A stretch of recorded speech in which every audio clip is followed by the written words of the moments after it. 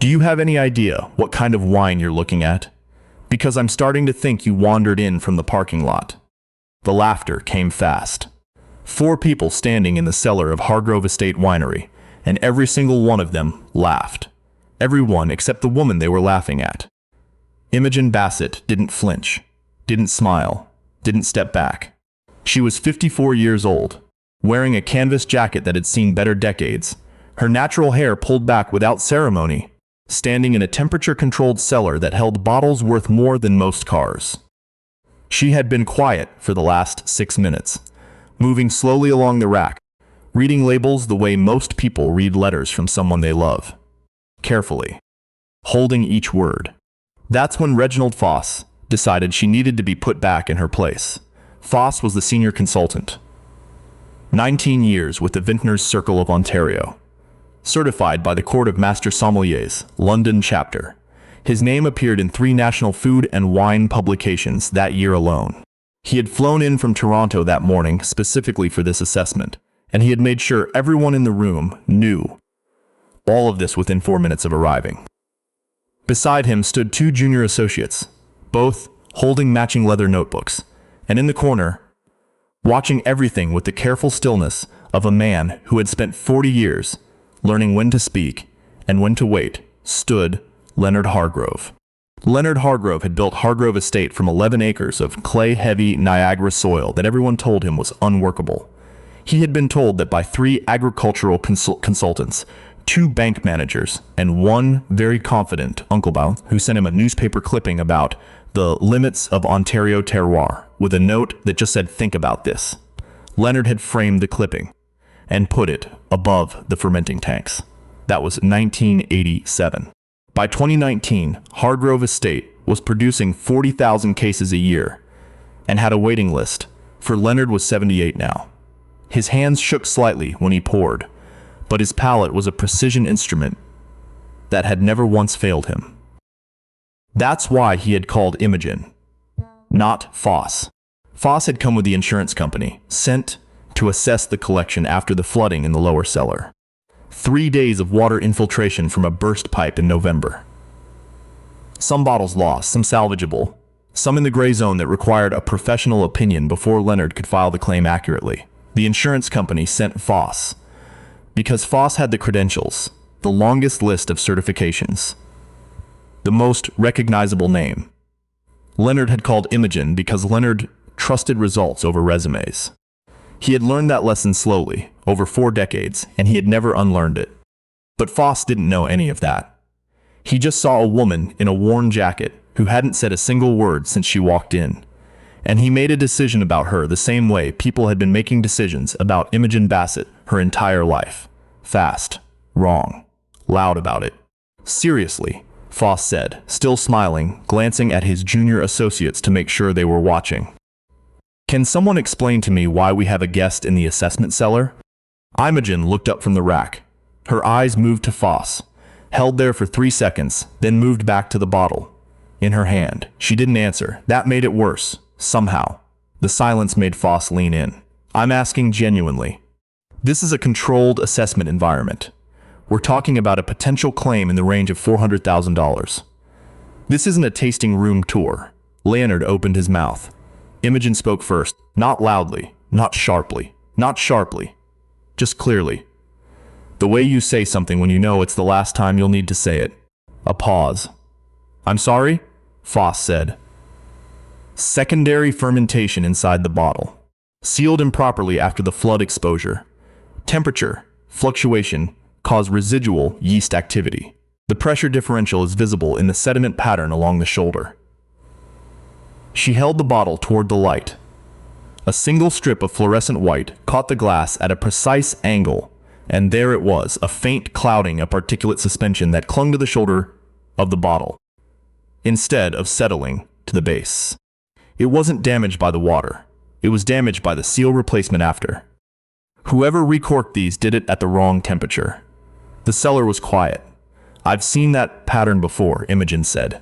She set the bottle down and moved 3 steps along the rack. The ones recorked below 12 degrees in ambient temperature after extended water contact. The cork contracts unevenly, Looks fine from outside. Fails from inside over the following 6 to 8 weeks. She stopped. Her finger hovered above a second bottle without touching it. This section here, 12 bottles minimum, probably closer to 18. These weren't damaged in the flood. They were damaged in the recovery. Foss stared at her. Leonard Hargrove, in the corner, had not moved. But something in his face had changed. It was the look of a man who had been waiting a long time for a specific sentence and had just heard it. This is where you need to understand who Imogen Bassett is. Not what she looks like. Not what she's wearing. Who she actually is. She grew up in Hamilton, Ontario, fourth child of Desmond and Gloria Bassett. Desmond worked the line at a steel plant in Stony Creek for 31 years. Gloria cleaned offices in the downtown core, 3 buildings, 5 days a week, and choir practice on Sunday mornings that she never once missed. The house on Dunsmuir Road was small and loud and warm in the specific way that houses are warm when people work very hard to make them that way. Imogen was 8 years old when her grandmother, Estelle, brought a bottle of wine to Christmas dinner that nobody else touched. Estelle had grown up in Barbados before coming to Canada in 1962, and she had strong opinions about almost everything, but her opinions about wine were delivered with a particular reverence, a hushed exactness, like she was translating something from a language only she could hear. Imogen sat beside her at the table and watched her grandmother hold the glass up to the kitchen light, tilt it, bring it close, breathe it in before tasting, and she asked the only question that mattered. "What are you looking for?" Estelle looked at her for a long moment. Then she said, "Everything it went through to get here." Imogen didn't fully understand that for another 20 years. But she never stopped thinking about it. She didn't study wine formally. There was no money for it and no roadmap that suggested it was possible for someone like her, in a house like that, in Hamilton in the 1980s. What she did was work. She washed dishes at a Niagara on the Lake restaurant at 16, and she listened. She asked questions of every sommelier who came through the kitchen door, and most of them ignored her. And a few of them talked to her like she might actually be capable of understanding. And one of them, a brittle, demanding woman named Yvette Malchamp, who retired to the south of France in 1999, and left Imogen a box of French wine reference texts with a note that just said, "You already know more than most. Stop pretending otherwise." Took her seriously enough to change everything. Imogen read everything she could find. She spent her days off driving the back roads of the Niagara Peninsula, stopping at estates, asking to see the cellars, asking about the vintages, asking about the soil and the drainage and the winter kill. Most people said no. Some people said yes. Leonard Hargrove had said yes in 1994, when she showed up at his tasting room on a Tuesday afternoon, with 3 handwritten questions on a folded piece of paper, and the steady, patient look of someone who would wait as long as necessary for a real answer. He'd given her a 2-hour tour of the cellar. She'd identified a corking inconsistency in his 1991 Riesling Reserve that had been 27 years old. She was 20 CEs. She was no certifications, no title. A notepad full of her own observations and a cracked spine on a French textbook. Leonard had given her his card and told her to call him if she ever wanted a second opinion on something she was unsure about. She had never been unsure about much after that. But she called him sometimes anyway, because he was one of the few people in her world who talked about wine the way her grandmother had. Like it was alive. Like it remembered where it came from. That was 27 years ago. In those 27 years, Imogen Bassett had assessed cellars for 14 private collectors across Ontario and British Columbia. She had consulted on 3 estate sales where the wine collections were contested in probate. She had identified a counterfeit lot of 1982 Petrus that a Yorkville collector had paid $340,000 for, which led to a fraud investigation that recovered the money and resulted in criminal charges against the vendor. She had done all of this without a single certification from a single governing body, without a single publication in a trade journal, without a single profile in a food and wine magazine. She had done it because she was, simply and without argument, exceptional at it. And not one person in Reginald Foss's world had ever heard of her. I'm going to need to understand who authorized your presence in this cellar, Foss said. His voice had a new quality in it now. Not quite the same ease as before. Something tighter underneath. I authorized it, Leonard said from the corner. Foss turned. Leonard, with all respect, the assessment parameters established by the insurance carrier specifically require Reginald. Leonard's voice was quiet. The kind of quiet that comes from age and who has outlasted every doubt anyone has ever had about him. She found the recorking problem has ever had about him. She found a sediment pattern. We haven't confirmed. I confirmed it. Leonard crossed the cellar in the unhurried way of a man who doesn't need to rush to win an argument. He stopped beside Imogen. He looked at the bottle she had set down, then at the section of rack she had indicated. 8 weeks ago, I had a restoration service come through to assess the flood-affected stock. They recorked 14 bottles in this section. 14. He paused. I don't believe I told anyone that number before today. Foss's notepad dropped to his side. 12 to 18, Leonard said. She said 12 to 18. He looked at Imogen. How? Sediment distribution, Imogen said. She was crouching slightly, angling her line of sight along the rack, reading the bottles the way you read a room when you first walk in. Bottles that underwent the same environmental stress, but correct resealing, will show settled sediment at the base, consistent gradient. These ones. She gestured along a section of 6 consecutive bottles. The particulate is suspended mid-bottle or above the shoulder. That tells you the seal isn't holding proper internal pressure. The yeast has somewhere to go. They're continuing to work. They're ruined, Foss said. The flatness in his voice was not professional detachment. It was a man recalibrating. Not all of them. Imogen stood. The ones recorked correctly are fine. The ones in this cluster are compromised, but the damage is graded. The bottles on the outer edge of the section had less exposure time before resealing. The yeast activity will be lower. They may still be accessible for partial value, depending on the degree of refermentation. She moved down the rack. Her hands stayed at her sides. She never touched anything she wasn't prepared to fully examine.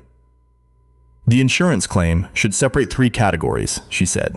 Direct flood damage, which is actually minimal. The temperature held in Cellar, better than you'd expect, for 3 days of water. The wine itself survived the event. Secondary damage from incorrect restoration. That's your recorked 14. And I want to look at each one individually before I give you a final number. And thirdly, she paused, crouched again. Her eyes focused on the lower row of the rack. Pre-existing condition. I'm sorry, Leonard said. Imogen's finger hovered above a bottle at knee height. Dark glass, a label that had taken on the slightly softened look of paper that had been damp and dried more than once. This bottle wasn't touched by the flood and wasn't in the recorked group. But the ullage is wrong. She looked up at Leonard. How old is your 2003 Cabernet Franc from this rack? That's been here since 2009, Leonard said. It came from the Ridgeview acquisition. Did anyone assess the Ridgeview collection before acquisition? A pause. The acquisition was done on reputation. Ridgeview was a respected estate. I'm sure it was. Imogen straightened, but this bottle has been losing volume since before the flood. See the level. It should be at the base of the neck for a properly stored bottle of this age. It's sitting lower than it should by approximately 8 to 10 millimeters. The cork is dry on the interior side. This isn't flood damage, and it isn't refermentation. This is a storage condition failure that predates your ownership.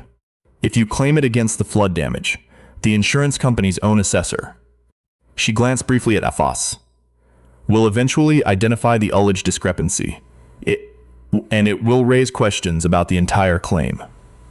The Cellar was very quiet. You're protecting my claim, Leonard said slowly. Not a question, more like a man watching something fall into place. I'm giving you an accurate assessment, Imogen said. Those aren't always the same thing. In this case, they happen to be. Foss had not spoken in 4 minutes.